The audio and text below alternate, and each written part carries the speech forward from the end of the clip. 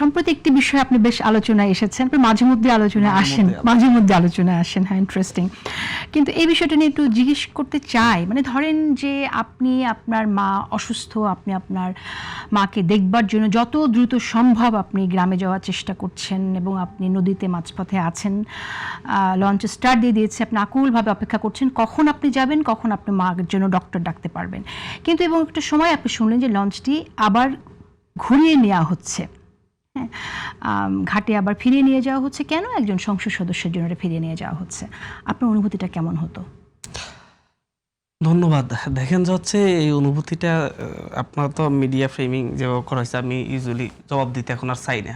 কারণ 5ই আগস্টের পর থেকে যেভাবে ফ্রেমিং করা হয়েছে আমি অনেকভাবেই বলেছি হচ্ছে আমাদের উপর অবিচার করা হয়েছে।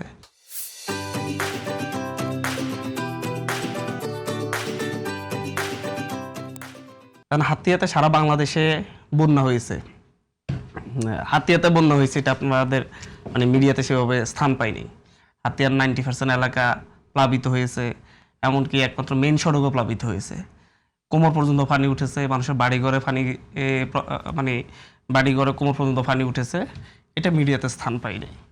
আমি কোন সময়ে হাতিয়াতে যাচ্ছি, 3 দিন ধরে বন্যা হাতিয়াতে, সেই জায়গায় মানুষকে সাহায্য করার জন্য, মানুষের পাশে দাঁড়ানোর জন্য যাচ্ছি। যাওয়ার সময়টাও ফেরি ছাড়ার টাইমটা কখন ছিল আপনাদের কোনো মিডিয়া মানে হচ্ছে আমার কাছে এইভাবে জানতেও চাইনি। সবাই মিডিয়াতে নিউজ করছেন যে হচ্ছে ইয়াতে মাঝ নদী থেকে ফেরি ফিরিয়ে আনা হলো, কিন্তু লোকালি একজন সাংবাদিক লিখে দিয়েছে, সেই রিপোর্ট ধরে ধরে সবাই নিউজ করছে, কিন্তু লোকালি একজন যাত্রীর সাথে কথা বলার প্রয়োজনও কেউ মনে করে নাই। আপনারা যারা নিউজ করছেন আপনার মনে হয় না 2জন যাত্রীর সাথে কথা বলেছেন? যাত্রীর সাথে কথা বলার দরকার নেই তো, আমি তো আপনার কাছে শুনতে চাই, কারণ যাত্রী তো ভয় পাবে এবং সংসদ সদস্যের বিপক্ষে সে কথা নাও বলতে পারে। নিউজের যে ব্যাপারটা আর কি, নিউজ করার ক্ষেত্রে যে ক্রাইটেরিয়া ইয়ে করা হয়, আপনার ধরুন হচ্ছে একজন ঘাট প্রতিনিধি নাম দিয়ে জহির নামে একজনের প্রতিবেদন ছাপাইছেন যে উনি বলেছেন শ্রমিক দলের সভাপতি, সেই পদটা কিন্তু হচ্ছে আপনি একেবারে মানে হচ্ছে অ্যাভয়েড করে গেছেন। ইউনিয়ন শ্রমিক দলের আহ্বায়ক সে একটা কথা বলছে, আপনি দিলেন ঘাট প্রতিনিধি। আমি ঘাটে গিয়েছি 3:30-এ, হচ্ছে ফেরি ছাড়ার কথা ছিল 4টায়, হচ্ছে কিছু আগে যে কোনো কারণে ছেড়ে গিয়েছে। আমি যাওয়ার পরে 1 মিনিট, জাস্ট 1 মিনিট গেছে, আপনারা যতটুকু দেখছেন ভিডিওতে এতটুকুই। এবং আমার সেদিন যদি না পার হই আরেকদিন আমার লেট হবে, এবং হচ্ছে এছাড়া ফেরি ছাড়া আর কোনো অপশন নাই, যেহেতু হচ্ছে সিগন্যাল চলে এবং হচ্ছে এখানে অন্য কোনো স্পিড বোট চলে না, ট্রলার চলে না। আমি নিজে যখন হচ্ছে এটা ফেরত আসছে নিজের গাড়ি রেখে জাস্ট উঠে চলে গেছি।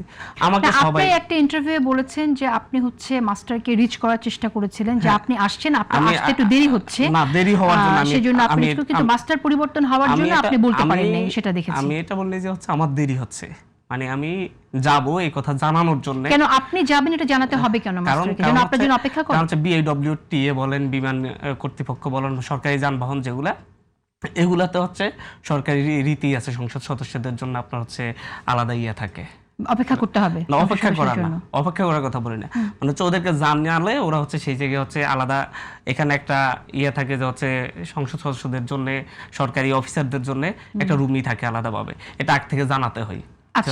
জানাতে, এবং তারা এটা একেবারে তাদের হেড অফিসে জানায়, হেড অফিসে জানালে তারপর হচ্ছে তারা এই অনুযায়ী হচ্ছে এটা তারা দিতে পারে। তাহলে একদম শেষ মোমেন্টে আপনি জানাচ্ছেন, শেষ মোমেন্টে তারা হেড অফিসে জানিয়ে আপনার জন্য একটা এক্সট্রা অ্যারেঞ্জমেন্ট করবে।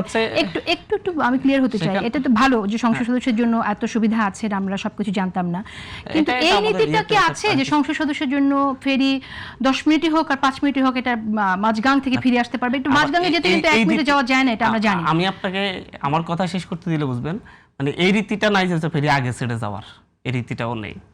এবং হচ্ছে যখন ঘাটে যারা ইজারা নিয়েছে এবং ফেরি ঘাটে যাত্রী যারা পরিবহন করে, এরা যখন রাজনৈতিক দলের নেতা হয়, এরা বিভিন্ন সময় এর আগে আমার সাথে একবার ঝামেলা করেছে, মানে এরা যখন শুনে যে হচ্ছে এই এমপি যাবে, তখন তারা একটা ডিস্টার্ব করার জন্য এই ধরনের কিছু কাজ মাঝে মধ্যেই করে।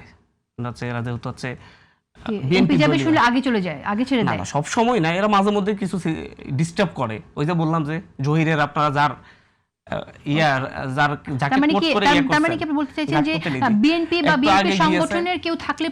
বলতে চাচ্ছি না, আমার কথাটা আপনি শেষ করতে দিলে ভালোভাবে বুঝতে পারবেন না। আমি কোন সময় যাচ্ছি, কেন যাচ্ছি, এটা একটা বিষয়, আচ্ছা আমি কতটুকু পথে, আমি তো এটা তো হচ্ছে যে 60 মিনিট 5 মিনিট চলে গেছে সেই পথ থেকে ফেরত আনি নেই, 1 মিনিট আমি গেছি, আমি বলছি যাচ্ছে আমার যাওয়া প্রয়োজন, আপনার কিছু মনে করেন না। যদি বলে যে হচ্ছে আমি বলছি ফেরত আনতে, ওনারাই নিচ থেকে যে হচ্ছে যেহেতু আসছে ওনারা ফেরত আনছে। এবং আমি যখন যাচ্ছি বাধ্য, আপনি সংসদ সদস্য, আপনি বলেছেন না বাধ্য না, আমি বাধ্য না, ভয় পেয়ে তো নিয়ে আসবে। কারণ এটা না, ভয়ের রাজনীতি তো আমরা করি নাই। আচ্ছা, মানে আমাদের সেই ধরনের অ্যাবিলিটিও নাই, সরকার দল নাই, আমরা সাইলেন্ট হচ্ছে কাউকে সরাই ইয়া করে একেবারে সরাই দিতে পারবো সবকিছু, এগুলো তো আমাদের হাতে না। তাইলে কি যে প্যাসেঞ্জারদেরকে নিয়ে আসলো, এটা কি তাদের আপনার প্রতি ভালোবাসা থেকে চলে আসছে যাত্রী সহ? আপনি আমার কথা দেখেন, প্যাসেঞ্জার যারা, আমি ওখানে উঠলাম, প্যাসেঞ্জাররা সবাই মিলে আমাকে নিল, তারা খুশি হলো যে হচ্ছে তারা আমাকে নিয়ে যাচ্ছে, তাহলে ভালোবেসে তারা এবং ফিরে আমি আসছে। তাদের সাথে গিয়েছি। কিন্তু আপনারা যখন হচ্ছে ক্ষুব্ধ প্যাসেঞ্জার বলুন, আপনাদের প্রত্যেকটা নিউজের নিচে প্যাসেঞ্জাররা অনেকে প্রতিবাদ জানাইছে, আপনাদের বলছেন মানে হচ্ছে নিউজের নিচে, যেহেতু হচ্ছে মিডিয়াতে আসছে এটা এইভাবে, মিডিয়া কিন্তু এক সূত্রে সব কথা না, কিন্তু আমি বলছি ফ্যাব্রিকেটেড নিউজ হইছে আমার এই ব্যাপারটা নিয়ে। এই ব্যাপারটা নিয়ে আমার মন্তব্য চাওয়া দরকার ছিল, বাংলাদেশে শুধুমাত্র প্রথম আলো ছাড়া আর কেউ আমার মন্তব্য চাই নাই। তাহলে তো আপনারা আমাকে ধন্যবাদ দেওয়া উচিত যে আমি আপনাকে অন্তত জিজ্ঞেস করছি যে কি হয়েছে। যখন একটা নিউজ করবে, নিউজ করলে সেটা যার ব্যাপারে অভিযোগ তার কাছেও নিতে হয়, মন্তব্য নিতে হয়, এবং হচ্ছে মন্তব্য না নিয়েই সরাসরি হচ্ছে ফোন দিয়ে রিস্ক করতে পারি না। অথচ আমাকে সবাই রিস্ক করতে পারছে, যারাই প্রথম আলো আমার সাথে কন্ট্যাক্ট করছে রিস্ক করতে পারছে, কথা হয়েছে। তা আপনি আমি যে সময়ে এটা পার হয়েছি, মানে হচ্ছে মানুষ যদি ক্ষুব্ধ হতো, মানুষ মানে যারা যাত্রী ছিল তারা, এখন আমি যদি ওখানে পার না হই, 3-4 দিন ধরে একই ধরনের অবস্থা তৈরি হয়ে আছে, আমি না হলে আমি যে এত মানুষের ধারে ধারে গেলাম, এটা কিন্তু মিডিয়াতে আসে নাই। আচ্ছা, আপনি তো এই তো আসলো, আপনি বললেন এটা মিডিয়াতে এটাও আসলো, কিন্তু একটি কথা আপনার কাছে হান্নান মাসুদ, সেটা হচ্ছে যে এই একই ঘটনা যদি বিএনপি মানে সরকার দলের কোনো এমপি করতেন, এই একটি ছেড়ে যাওয়া লঞ্চকে মাঝগাং থেকে ফিরিয়ে আনতেন, তাহলে আপনারা কিভাবে বলতেন? এই সেই ফ্রেমিংটা কেমন হতো? সিচুয়েশন, আপনি সিচুয়েশন কথা ভাবতে হবে, কোন সিচুয়েশন হয়েছে। আমি বন্যা পরিস্থিতিতে যাচ্ছিলাম এবং সেদিন ওই ফেরির পরে আর কিছুই ছিল না, এবং এরকম যদি হতো তাহলে আপনি কি বলতেন? একজন এমপি যেখানে তার এলাকার লোকজন আপনার হচ্ছে কোমর ফানির নিচে 2 দিন ধরে আছে, এবং এমপি আরো একদিন পরে এলাকায় যাচ্ছে, এটা প্রভাবটা কেমন পড়তো? না, আপনার সিচুয়েশন যেমন গুরুত্বপূর্ণ, ওখানে যে প্যাসেঞ্জারস আছে তাদের সিচুয়েশন কিন্তু আমাদের শোনার অবকাশ নাই। প্যাসেঞ্জাররাও হাতিয়ার জনগণ, এবং তারাও সেখানে মানে হচ্ছে হাতিয়া থেকে বের হওয়ার সময় ইমার্জেন্সি অনেক কিছু থাকে।